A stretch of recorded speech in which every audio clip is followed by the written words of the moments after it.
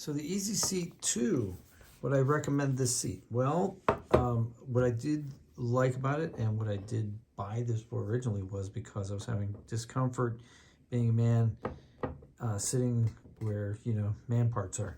So on my bike, this was nice because these two parts would actually kind of like rotate a little bit. And there was an adjustable way you could adjust the space between the seats. That's frozen on this one now. So what I did was I ordered another one that's identical. And yes, the adjustment was good. I was able to adjust it.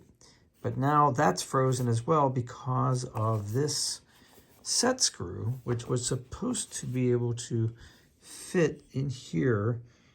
There's a little hole in one of these sections that you could set it, but it didn't line up properly.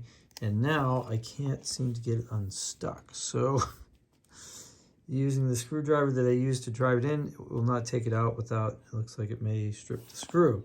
So bad design, unfortunately. And so this is going to go back.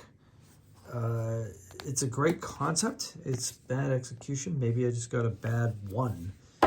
Maybe if I replaced it. But I'm not going to take the chance. These are 85 bucks, and yeah, I'm just not going to waste my time. I'm going to go on to the next thing. So if you guys have a solution for being a man trying to ride a bike and still wanting to, you know, be able to be friendly with your wife, let me know, because that's the situation I'm in.